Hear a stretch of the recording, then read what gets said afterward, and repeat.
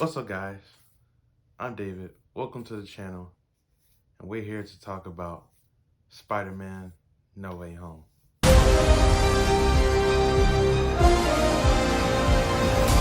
This movie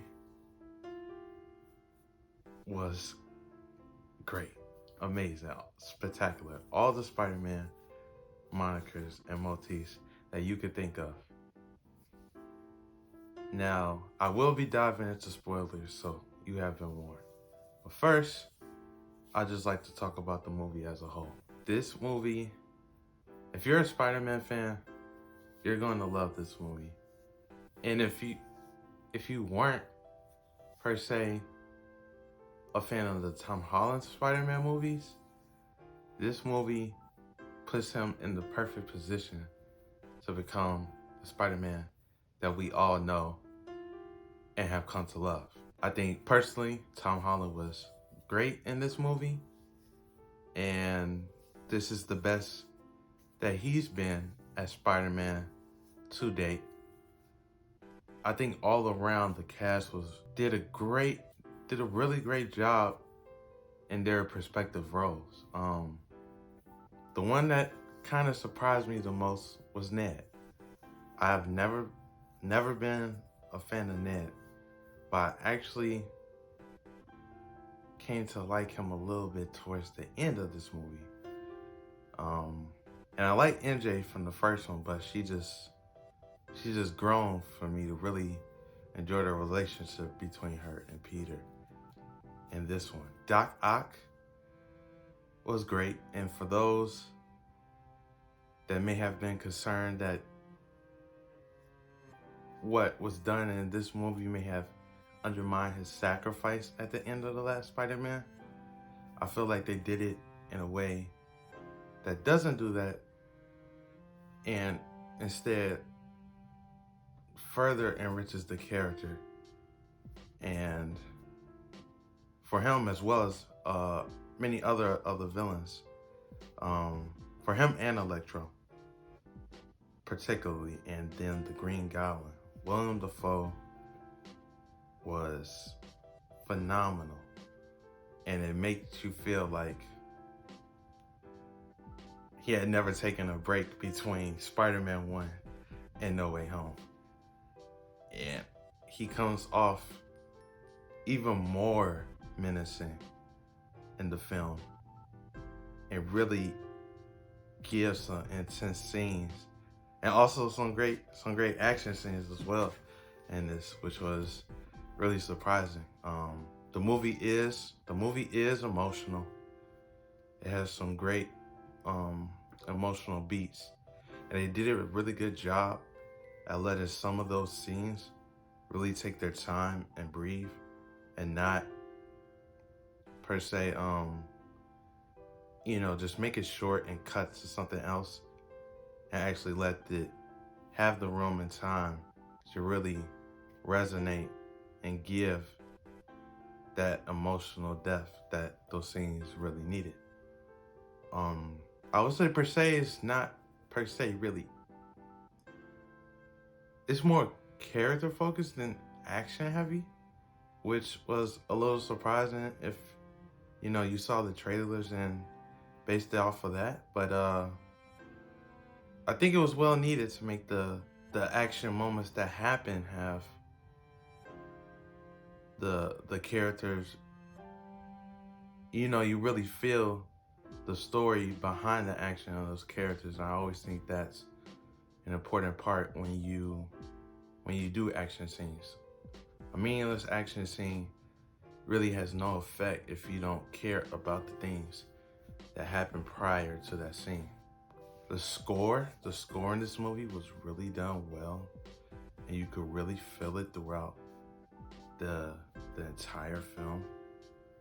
And John Watts himself, he really upped the ante and brought his A game to this, and really made what I think is easily the best out of the MCU Spider-Man trilogy.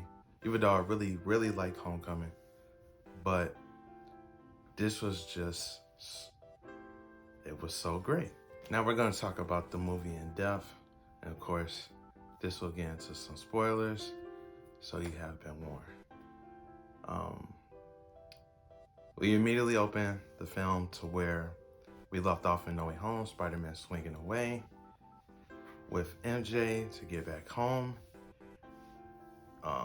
And it brings, and then we get an interesting scene where you see, and a really fun scene I thought, where you saw Spider-Man and coming inside with MJ, and then helicopters surrounding the area, and then you see Peter webbing all the windows, and I thought that was really cool and fun. Time passes, federal agents come to the house, and he and as well as the rest of his family are interrogated by federal agents on the matter of him killing Mysterio and, you know, all the people in the drone attack back in London.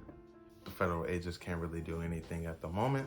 And then we transition to a scene with the lawyer, and of course, the person we see is Matt Murdock, Charlie Cox, Daredevil. And it was an interesting scene because it wasn't like a grand thing. They just popped them in there. No introduction. And I think it was the best way to do that. Because it gives a surprise without overemphasizing it. And then you also see him catch the brick, and immediately Peter is surprised and alerted to why. How did you do that? And he responds, I'm just a good lawyer, but of course we as the audience know that he's Daredevil. He could do this in his sleep.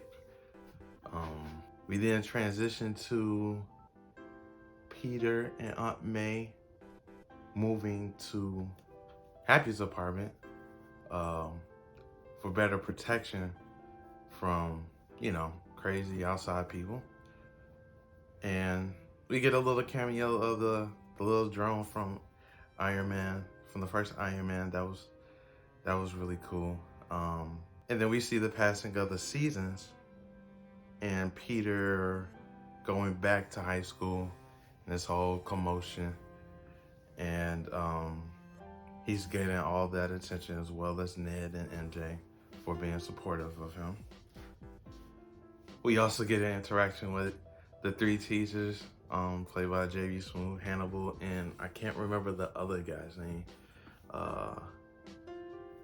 But he as well as the Tracksuit Mafia guys are really becoming like some of the funniest people in the MCU. Like, he's hilarious, and he built this whole section that showcases Peter and Spider-Man, and they get him to try and take a picture or whatever with them to celebrate. But you also have Hannibal's character blaming Spider-Man, saying that he did that, and that ties into him walking down the halls and everybody, you know, giving him bad looks and staring at him, to which he needs a break. He goes up to the roof with MJ. They have a nice short intimate scene that's broken by Ned coming in, to where they're all talking about wanting to go to school together at MIT specifically, if not backup schools, to which MJ says to anticipate disappointment, so that way you don't be disappointed. But Peter's talking to her and reassuring her that it's gonna be all right, and it's gonna be a fresh start for them, which in a way it actually does turn out to be a fresh start for both, for Ned and MJ. And then we transition to them getting their acceptance letters, being denied for the backup schools, And finally they all meet and open their MIT letters at the same time, to which they all were notified that they were rejected because of the whole controversy surrounding Peter as Spider-Man. Flash Thompson, Spider-Man's biggest fan, gets in and is going to a mixer, and Peter's just thinking and stressed about it, to which he notices a wizard ornament hanging from the ceiling at the restaurant that MJ's working at. And he decides to go to the Sanctum Sanctorum, to which he meets Doctor Strange, who is no longer the Sorcerer Supreme because he was blitzed for 5 years. So Wong is now the Sorcerer Supreme. He asks Doctor Strange to reverse time before the point that Mysterio reveals Spider-Man's identity. But as Doctor Strange does not have the Time Stone anymore, he tells Peter that he can't do it. But then he remembers of forgetting a memory eraser spell that Wong warns him about not to use, but Doctor Strange reassures him, saying, "We've done it before, because obviously you don't remember this party that we had." And then Spider-Man asks him, can he make it to where the world forgot he was Spider-Man as a whole. Doctor Strange goes to his little chamber in the basement of the sanctum, and he begins to chant and craft a spell to make it that Spider-Man was never outed. His identity was never outed. And while Doctor Strange is chanting the spell, he says that the world is going to forget that Peter Parker is Spider-Man. And Peter doesn't want that because he wants his close friends to know. And as you've seen throughout the trailers, he talks and talks and talks and tampers with the spell to the point that Doctor Strange can no longer control it and has to contain it from messing up the multiverse. Doctor Strange contains it, and it doesn't work, and then Peter's left with no option other than to contact Flash and get a MIT representative location on a bridge on our way to the airport so he could try to appeal for MJ and Ned.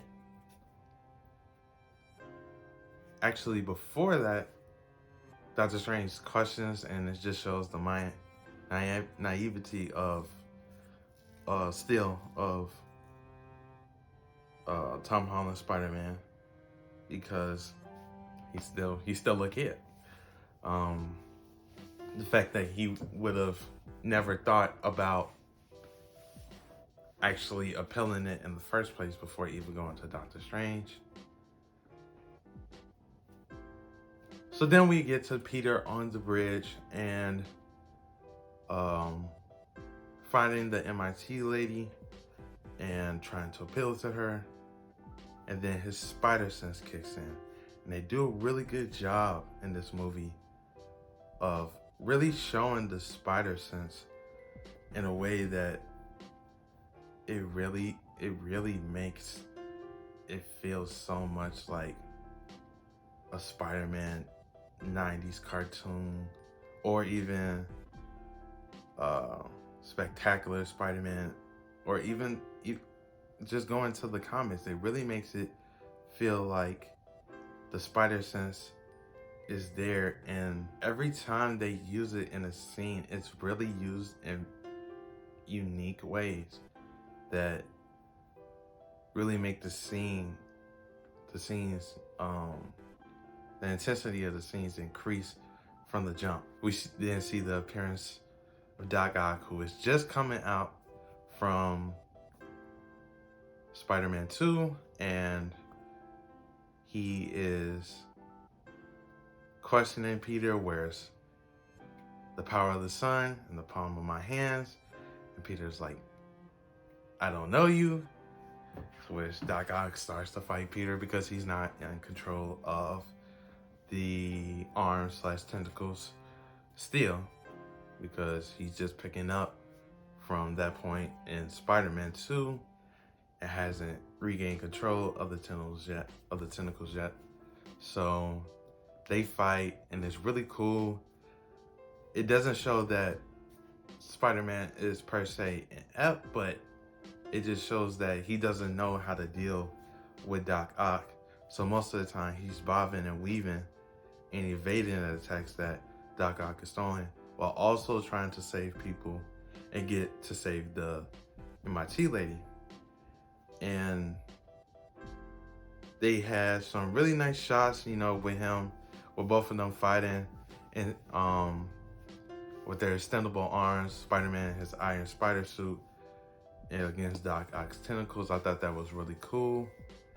And then you have the scene of him shooting from his web shooters, which reminds me of the Andrew Garfield Spider-Man movies, how they would use those angles for his point of view. And then Doc Ock actually captures Peter after Peter saves the MIT lady's car from falling onto a moving train. And Doc Ock takes some of Peter's nanotechnology and integrates it into his tentacles, and then strikes Peter in the chest where he took those said particles, where Peter moves the particles to protect himself and then shows his face. So Doc Ock sees his face and immediately notices, you're not Spider-Man. You're not the Spider-Man I know. Peter's confused, and then Peter's suit notifies him that he is integrated with Doc Ock's tentacles and like a Bluetooth pairing type of thing. And now Peter can completely freeze and control the tentacles on his own, and actually uses them to help bring the lady back to the surface, and then starts to question Doc Ock of where he came from. And then a pumpkin bomb pops up in the middle of the bridge, the street on the bridge. We see our first glimpse at the Goblin, but Dr. Strange portals him back to the basement and imprisons Doc Ock, and informs Spider-Man that the spell was contained, but some of the villains from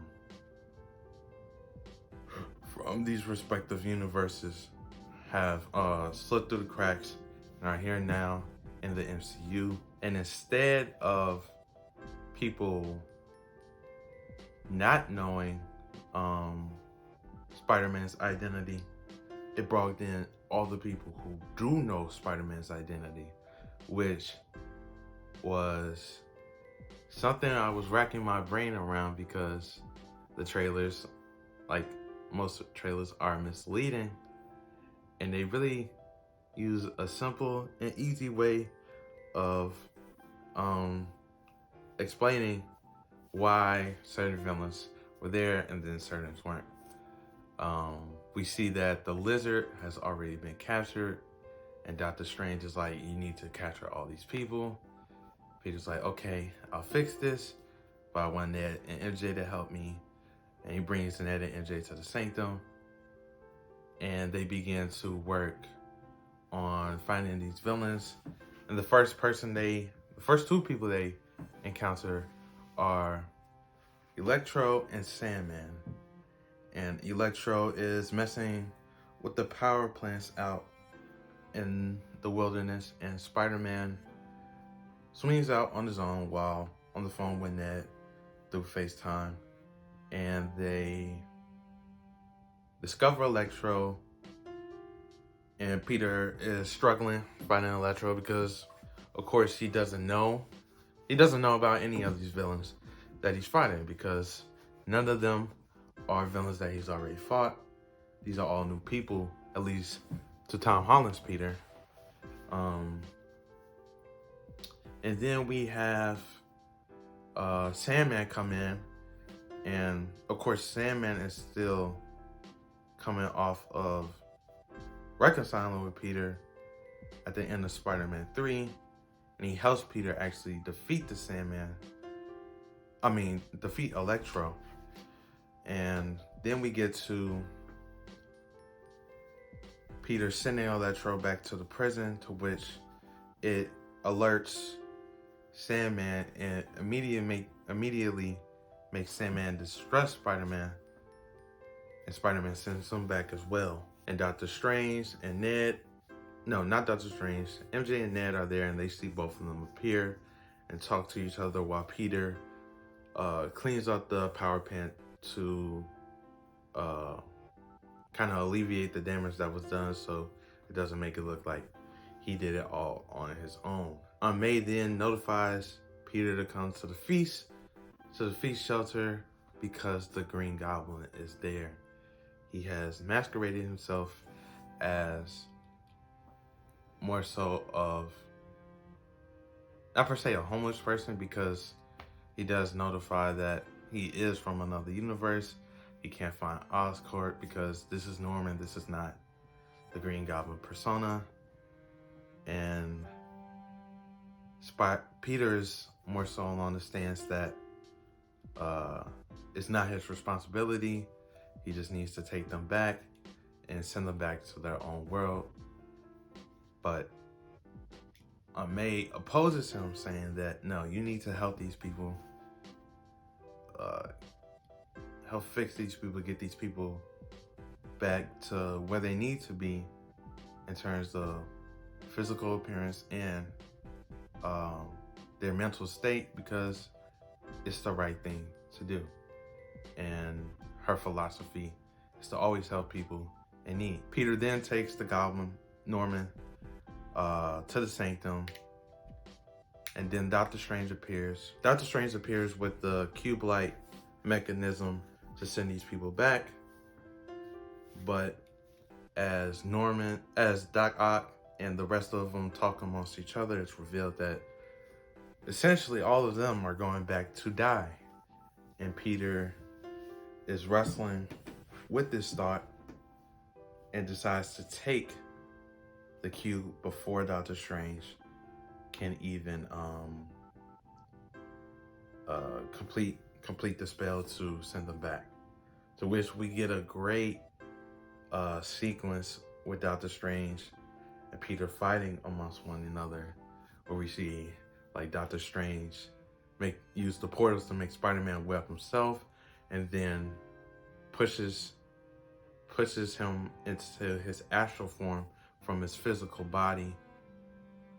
And this is just another great scene, really showing the spider sense, because if you really notice in Peter's astral form, you can actually see the little tinglings from his head, like how it is depicted in the comics, cartoons, and other media of the spider sense. And his body is also moving because of the spider sense, because to prevent Doctor Strange from grabbing the cube. Doctor Strange then brings him back to his physical body, and then Peter tries to flee, but Doctor Strange starts to put him in the mirror dimension, and they're fighting through the mirror dimension, and it's so trippy. And Doctor Strange is using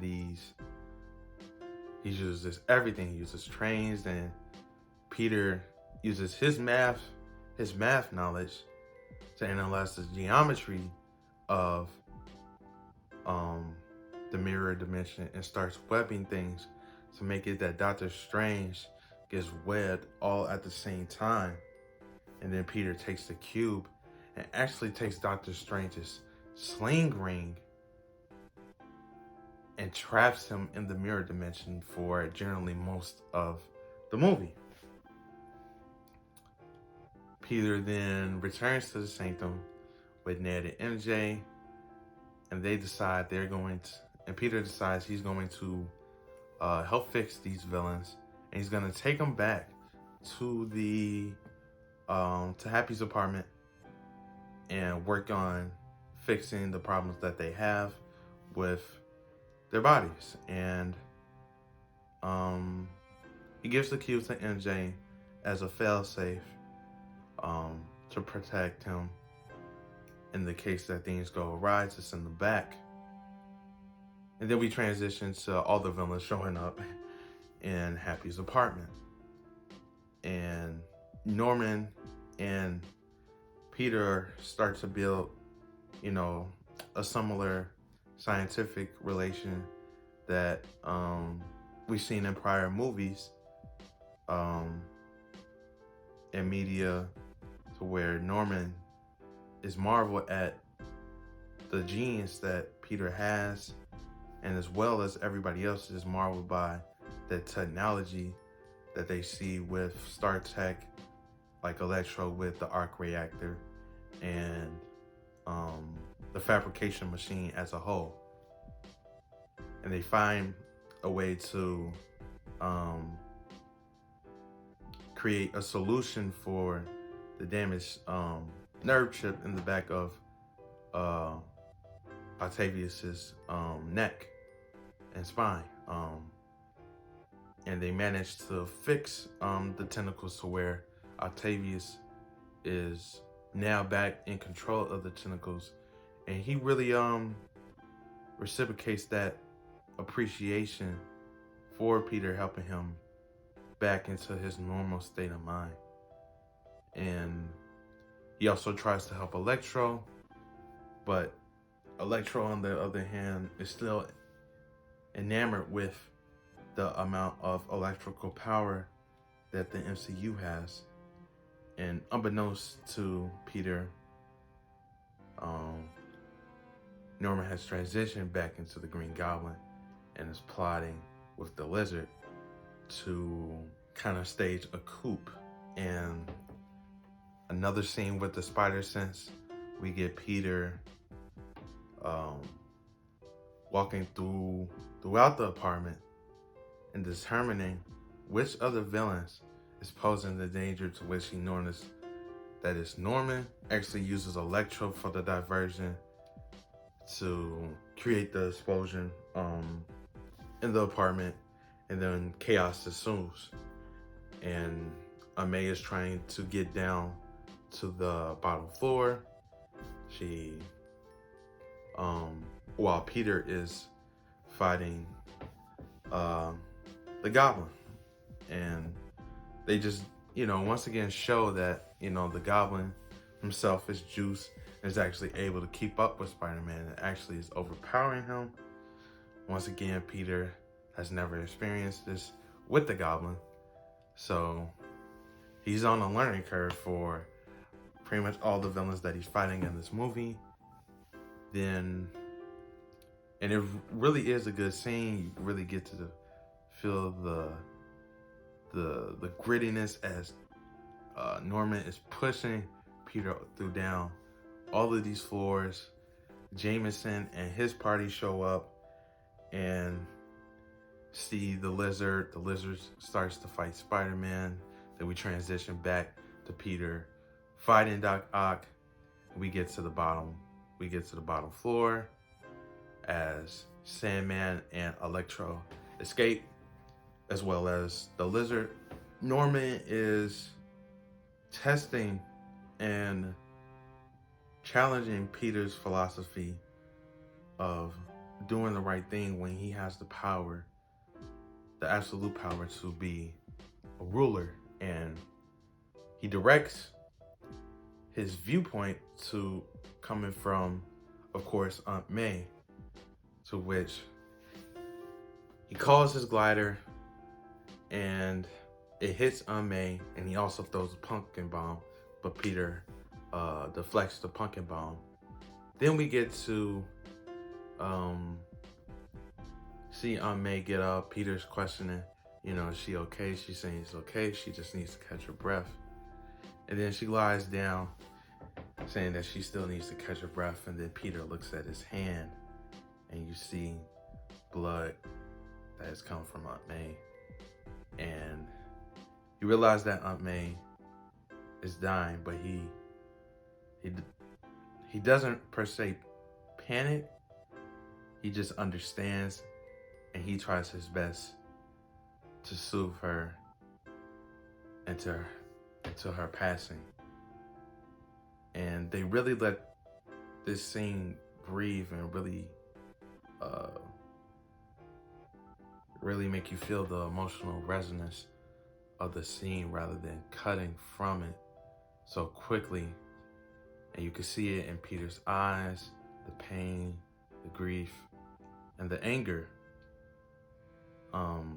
as well as Happy's eyes. And then Peter he has to leave, because if not, then it would not ensure the safety of people like Happy as well, or anybody else that's there. And now he's kind of just alone on his own, thinking about what just happened with May.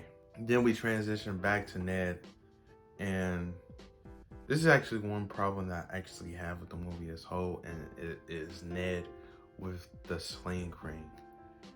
And I am completely in opposition to this, because we saw that it takes time to master the sling ring, and Ned just uses it immediately. But Ned uses it immediately, and then they search for Peter, but it's not the Peter that we know.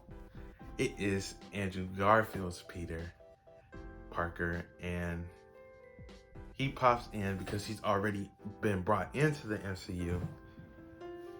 And then they have him prove by climbing on the wall that he's Spider-Man.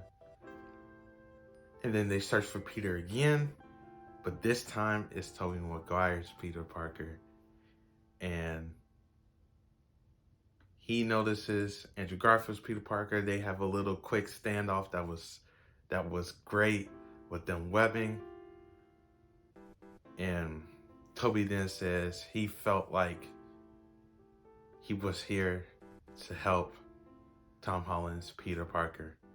And then they both question each other, and then ask Ned and MJ if Peter had a place that he would like to go to when he was alone, because for Tobey, it was, if I'm not mistaken, it was Columbia, and for Andrew, it was the Empire State Building.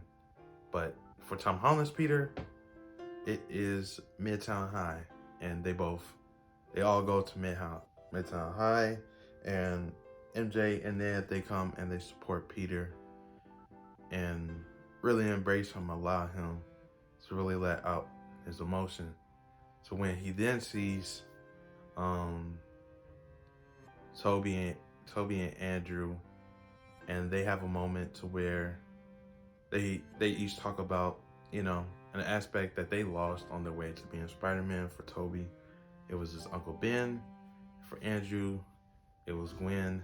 And for Tom Holland, of course, it's his Aunt May. And it brings the great responsibility quote that Tom Holland gets from May full circle, because it really shows that they all had a catalyst of death that makes them really grasp that point. For Tom Holland, it's his Aunt May.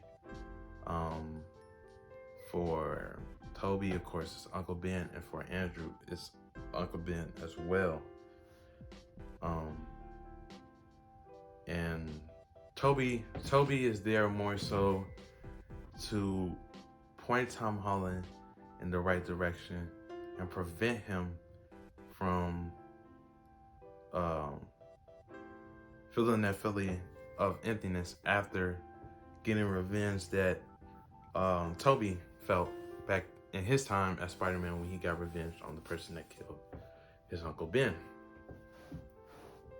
And then they prepare for the upcoming battle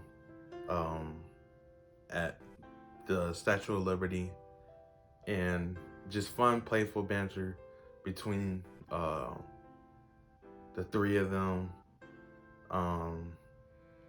including my favorite, talking about the web shooters and how Toby's just comes out of his body. And we get another great scene with NJ and Peter, with her just being his rock and his bed of support. Then we get Peter at the Statue of Liberty on a live stream with Jameson on the Daily Bugle, saying that he needs all the support that he can, and he's using this to lure all the villains to come and arrive at the place, so that he can attempt to cure him, because they have cure for the lizard, the Sandman, for them both to bring them back to their normal human forms, Electro to just dissipate all the electricity that powers him, to make him just, have the normal electricity of a normal human to operate. And then they have a serum for a Goblin to help bring him back to the normal Norman. And all of them pop there, and they're preparing, and they first start off, the three Spider-Man kind of getting in the way of one each other. And then they realize that, the other two, they've only worked alone, so they don't really know how to work with other people. So Tom Holland takes the lead in this, since he has the experience of working with other people. And then we get a great scene of them all swinging, and Tom Holland putting out the web for them to attach to, and then they're landing. But the swinging is my favorite part. That swinging was great. And then the battle ensues with each of the three of them aiming to cure one of them at a time, and they start with the Sandman, and they coordinate to get Sandman's cure to Toby, as Toby's fighting and is starting to lose ground. Andrew picks it up, tosses it to Tom, and tosses it to Toby. Toby heals Flint, and they have a nice little moment, and you hear the motif of Toby's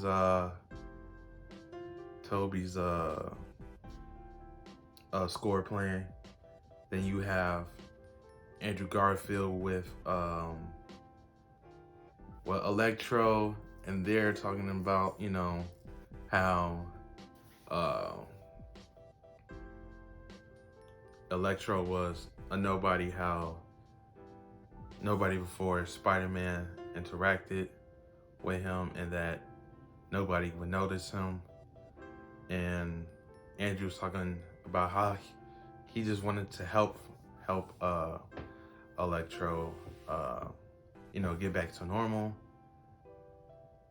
And then you have Doc Ock appear and, reciprocate the help that Tom gave to him by helping Andrew get to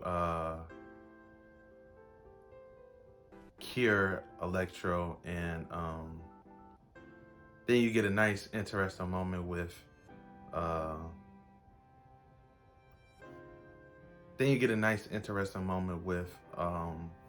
Toby and Doc Ock, and you just see, Doc Ock is acknowledging, how grown Toby's become, and Toby just throws that little nice nod, saying still working on getting better. Then you get a nice moment with Andrew and Electro, and you see Electro saying I'm all out of juice, and he was just, you get a nice little Miles Morales note, because Electro's like, man, you poor, you do the people, you live in Queens, I thought you were black. Andrew's like, I'm sorry, but we all know that there is a black Spider-Man out there.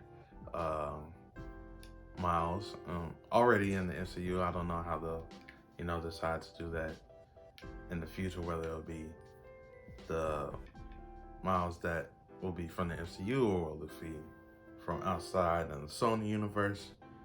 But then the Goblin appears, and actually before that, Ned and MJ, they arrive due to the lizard trying to get through the portal and find the cube and take it for himself. And then I'm not sure, but I thought it was a little nice note, like, to the whole library scene, instead of a laboratory instead of a library. And then he gets cured, of course, back to his original form as well. But back to the Green Goblin thing of all of it.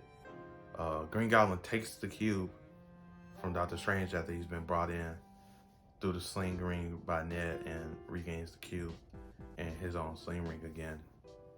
But puts a pumpkin bomb in the cube, and completely destroys the cube, to which Doctor Strange is struggling to contain the spell, and you start seeing multiversal villains that know Peter Parker and Spider-Man coming in, and two of them are a version of the Scorpion and a version of the Rhino. But then Tom Holland is fighting Green Goblin, and things go awry. Ned is hanging off the edge of one of the supporters of the buildup of the new Statue of Liberty, but MJ falls, and Tom Holland is unable to grab her because the Goblin comes and grabs him. But it brings it full circle for Andrew Garfield Spider-Man, because he's able to save MJ from falling and dying. And it was a really good moment. The whole theater, went crazy, and clap for that. And then you get Tom Holland fighting Green Goblin on the shield after he got him off his glider, and then you get just a gritty, gruesome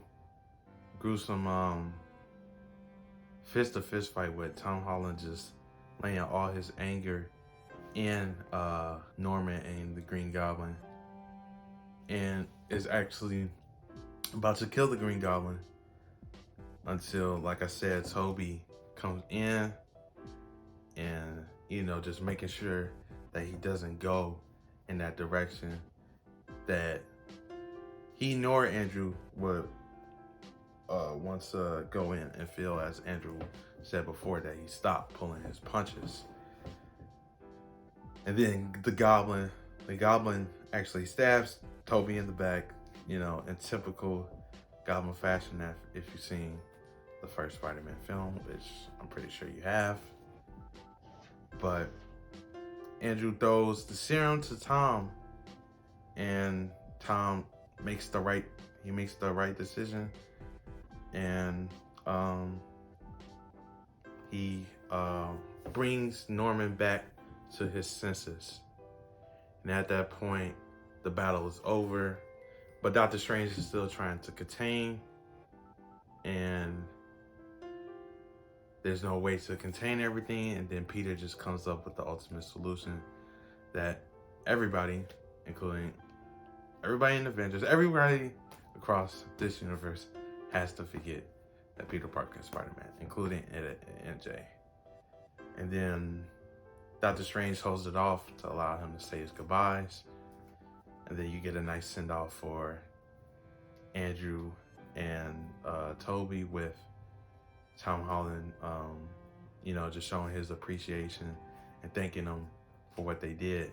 And, just a mutual understanding without words between the three of them, because they all know, what it means, like, to be Spider-Man now, especially for Tom, and to do the right thing.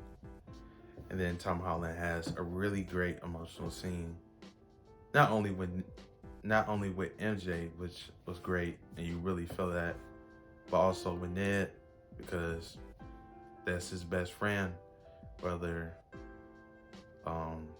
you like it or not. Like, it's his best friend to have to say goodbye to your friends for essentially forever.